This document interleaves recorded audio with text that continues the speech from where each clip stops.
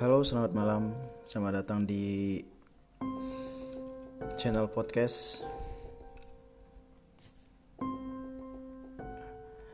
Oke, hari ini hari pertama kali saya membuat podcast.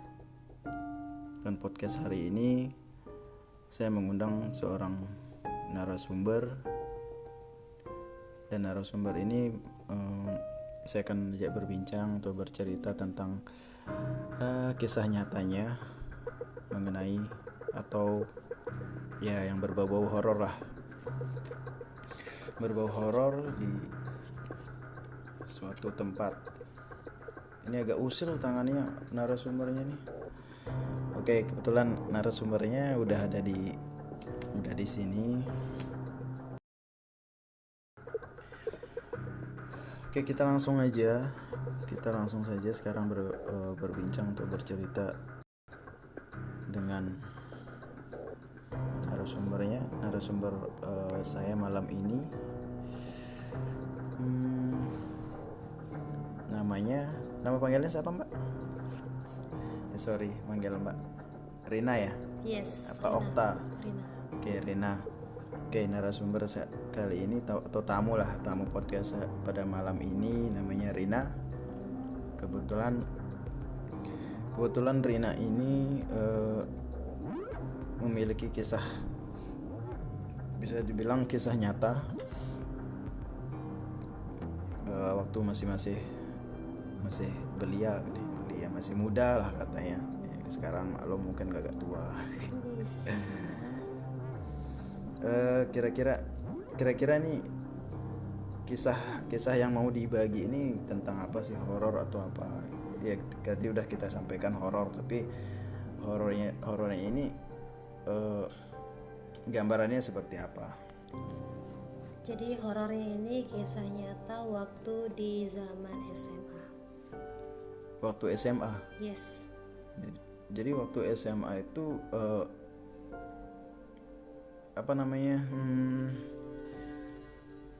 kisahnya ini seperti langsung melihat atau diganggu atau disantet atau seperti apa? Jadi kisah pertama itu di saat SMA, waktu itu lagi kegiatan paskibra.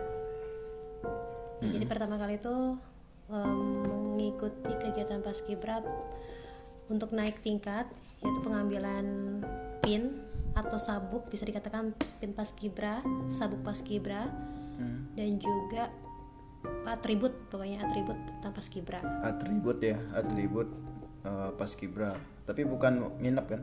Menginap. Oh, menginap. Berarti menginap di sekolah. Dan ini kisah nyata yang benar-benar terjadi, yang tak pikir ini mustahil gitu kan, nggak akan seperti ini, kok bisa kayak gini gitu. Itu malam, sore? Malam hari. Itu di saat bulan purnama. Bertepatan dengan bulan purnama? Iya. Jam? Waktu itu kegiatan untuk pengambilan, dikatakan jurit malam ya. Jurit malam untuk pengambilan. Oke, jadi saya agak kurang paham masalah pramuka atau paskibra ya? Kurang paham masalah paskibra, jadi diceritakan saja lah.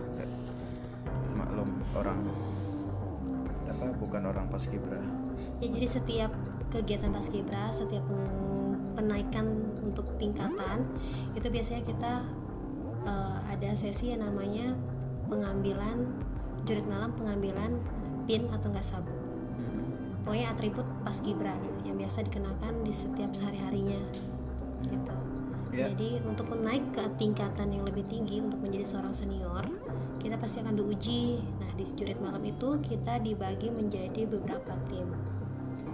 Setelah itu, karena kakak seniornya berbeda pendapat, ada yang mengatakan nih, lebih baik satu-satu aja nih, katanya, dia bilang, daripada berkelompok. Jadi biar terasa banget gitu pengorbanannya untuk mengambil atribut itu gitu. Jadi akhirnya disuruhlah kita satu-satu untuk mengambil atribut itu. Jadi untuk bisa mendapatkan pin ada sesi di mana kita harus jalan menyelusuri setiap sekolah itu. Koridor. Koridor apa halaman? Koridor sekolah ya. Jadi setiap masing-masing. Berarti di depan ruang sekolah ya. Iya. Jadi kakak senior ini juga dibagi menjadi beberapa tim, dan di setiap titiknya itu ada kakak senior masing-masing. Setiap satu titik itu ada 2 orang. Ya, jadi untuk bertanya sama adik-adiknya, kita kan waktu itu masih capas untuk naik tingkat menjadi capas. Gitu. Jadi di saat awalnya temen tuh udah jalan duluan nih, kemudian disusul lah nih akhirnya nama Rina kesebut nih, akhirnya ikutlah jalan nih di belakangnya. Tapi kayaknya udah mulai mendekati ke horornya banget. Lanjut. Ya. Awalnya duluan temen, kemudian Rina belakangan, dan saat itu tiba-tiba kata sendiri ini masih sore, jadi sekitar masih jam kayak 9, mendekati maghrib gitu ya. Enggak, sudah melewati udah malam tapi dibilang sore gitu. Masih sore dia bilang itu, masih sekitar jam 9, jadi ditunda lah akhirnya sampai jam 2 malam. Ditunda pengambilan jurit malamnya ditunda sampai jam 2 malam. pagi. Jam 2 pagi dong. Iya deh, pokoknya. Oh iya deh, kan jam 2 itu ada jam 2 pagi, jam 2 siang, udah ada jam 2 malam. Oke. Katanya jam 2 nih, kata kakak seniornya jam 2. Tapi kita dibangunin jam 12 malam. 12 malam. Nah, jadi kita disuruh tidur dulu di salah satu ruangan kelas yang sudah disusun meja-mejanya kayak menjadi tempat tidur. Wah, horor nih.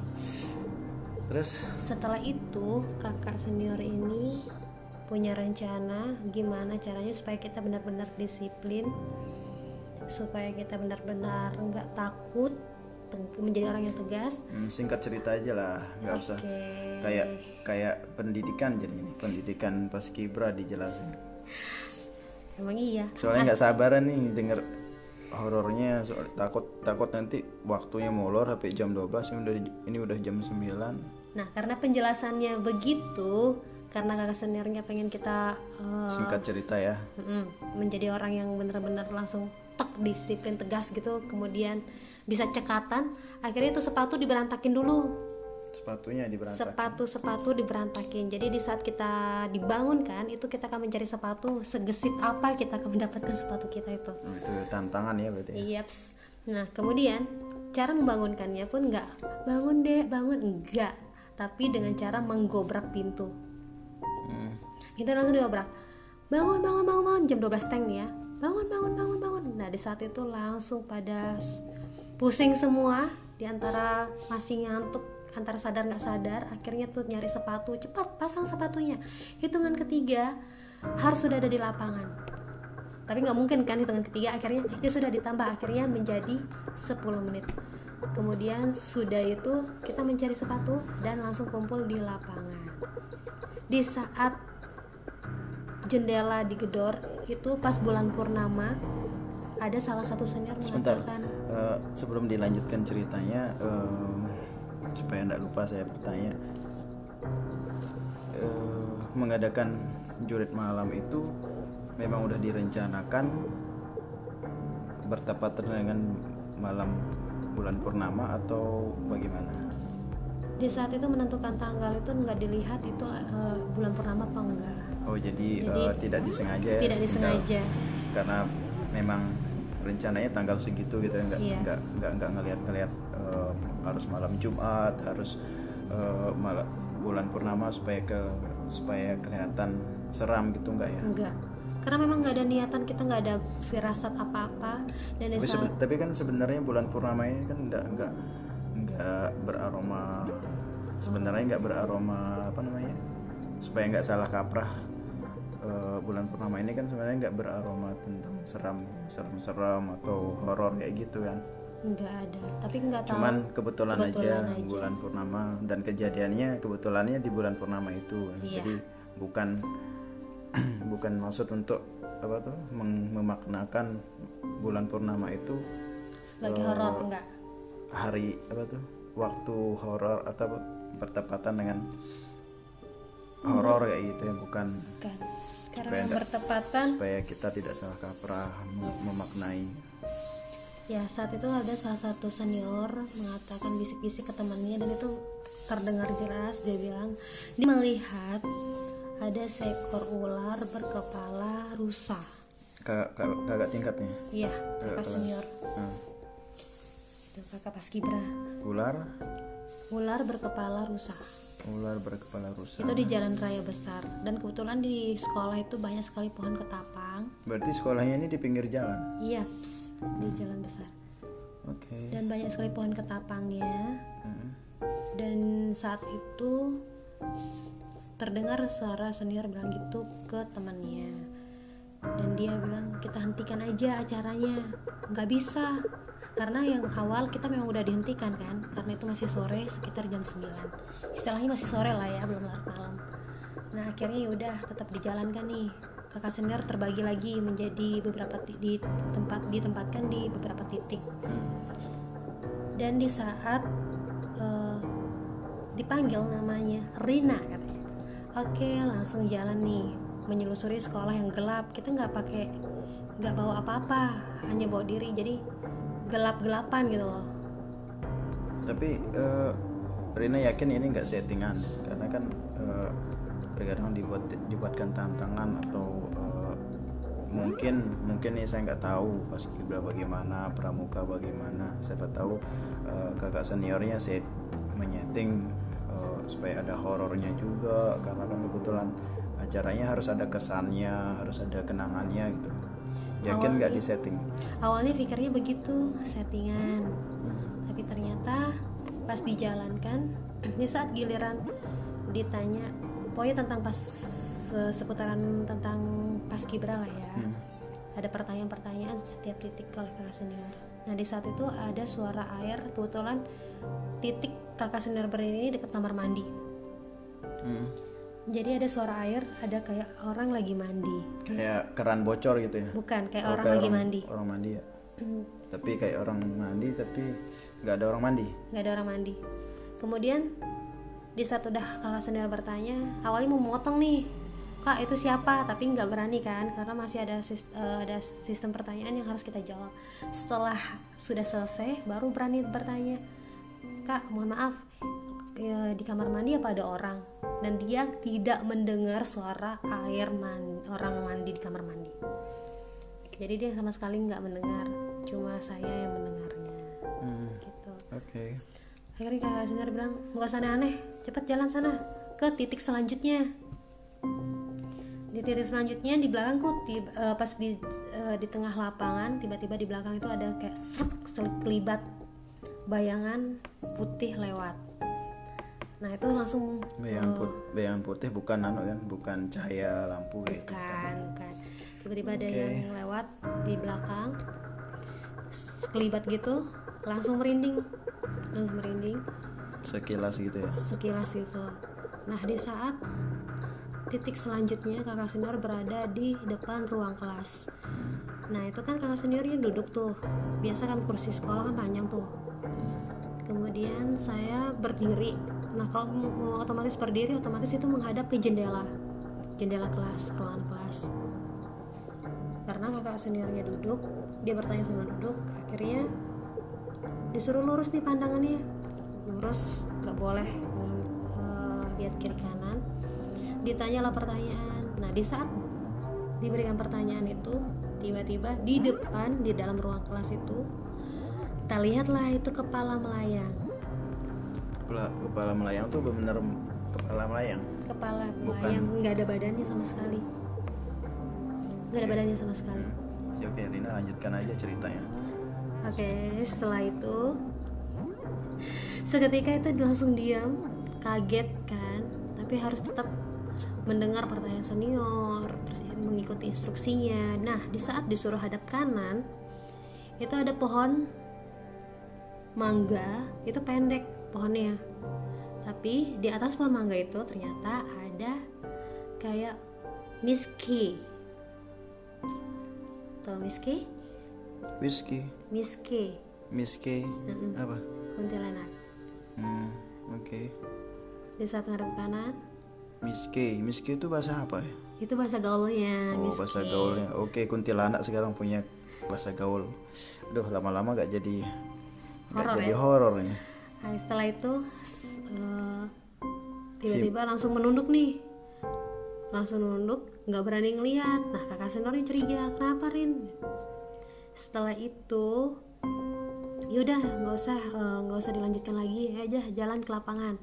Titik selanjutnya yang terakhir itu lapangan.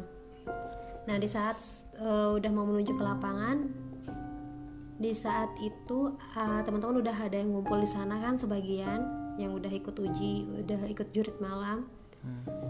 Nah, ternyata di pohon ketapang, ada pohon ketapang tuh di lapangan, dan di atas pohon ketapang itu ada Miski lagi.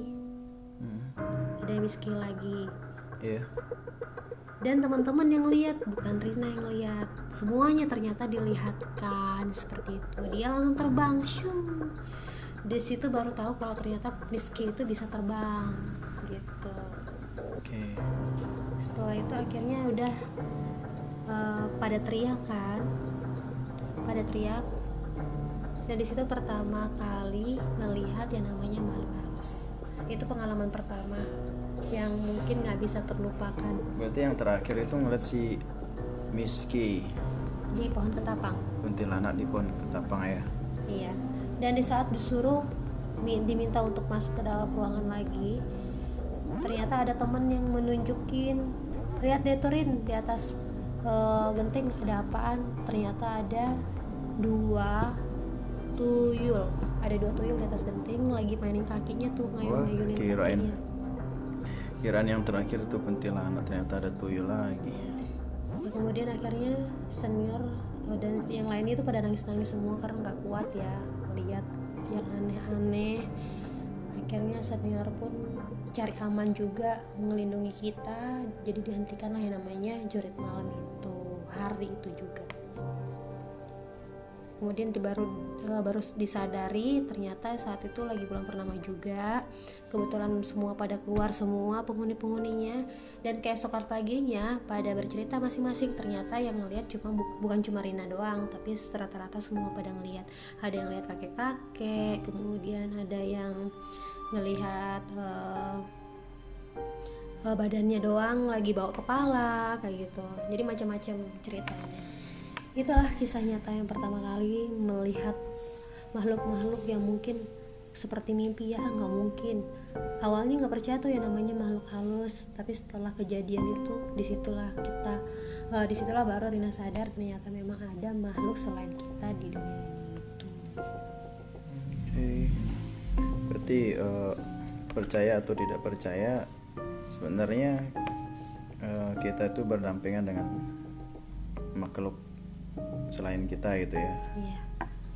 Cuman orang bisa melihat atau tidak itu kan tergantung keyakinan dan kepercayaan kita masing-masing.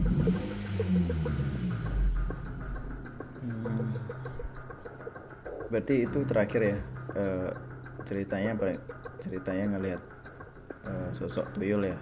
Iya, terakhir tuyulnya. Ya menurut saya sih memang kalau malam jam segitu ya pasti bakal angker, bukan karena harinya, mungkin sepertinya waktu itu sih bulan purnama dan di saat malam Jumat, pas malam Jumat, jadi pada keluaran semua. Dan akhirnya di saat itu juga kakak senior bilang, yaudah merapatkan, kita rapat semua kalau kita akan mengadakan jurit malam untuk selanjutnya itu dengan pemikiran matang, dengan penentuan tanggal dan hari yang tepat, seperti itu. Oke. Ya itu kisah nyata yang dialami sama Rina. Memang masih jam 9 ini nggak terlalu takut sih mendengarnya, tapi kalau langsung ngelihat ya begitu-gitu ya pasti takut lah. Ya mungkin kalau buat kegiatan gak usah teriak-teriak gitu ya. Ini kan sampai seniornya membangunkan kita tuh pakai dobrak pintu segala, duduk bangun semua bangun gitu. Jadi mungkin makhluk yang lainnya terganggu gitu kan. Berarti istilahnya tuh seharusnya ada permisi lah gitu ya. Iya. Permisi, tapi kan ya mungkin ada tantangannya di sana karena kan kalau menurut saya acara-acara begitu memang harus ada tantangannya, harus ada kesan dan kenangannya suatu saat berhenti dari sekolah. Tapi kita tidak harus terlalu senonoh sih mungkin ya bahasanya, supaya makhluk di alam yang berbeda itu tidak terganggu juga. Jadi hikmahnya Rina apa setelah mengalami kisah itu? Kebetulan saya juga pernah sih dulu masa kecil saya ngeliat gitu, tapi nantilah di lain kesempatan saya akan ceritakan itu. Sekarang hikmahnya Rina mengalami itu apa? Hikmahnya jadi kita bisa tahu ternyata makhluk lain juga ingin dihargai. Kita nggak usah ribut-ribut gitu ya kalau misalkan berada di suatu tempat gitu. Kemudian jangan harus menjaga tata krama juga, sopan santun. Makhluk halus juga pasti pengen kita juga nggak macam-macam gitu di tempatnya gitu kan. Kemudian kita jaga kebersihan juga. Jaga kebersihan karena pasti ada beberapa makhluk halus yang nggak suka yang namanya kotor gitu. Daripada nanti diisengin kitanya digangguin gitu. Oke. Super banget ya, sampai harus jaga kebersihan. Kayak dinas kebersihan aja sekarang jadi ini. Baiklah, gitu aja ya berarti hikmahnya. Boleh nggak percaya, tetapi seharusnya percayalah sedikit gitu ya, walaupun sedikit gitu. Adanya sedikit. Keberadaan makhluk lain. Siap, jadi nggak boleh ngebully jadinya. Iya. Takutnya itu ngebully beneran nongol atau ngelihat itu ya, jadi ya takut. Pokoknya apapun itu ya nggak boleh saling ngebully aja lah. Oke, terima kasih ya Rina ya, malam ini udah menyempatkan waktu untuk bercerita. Terima kasih kembali. Lain kali diundang lagi ya.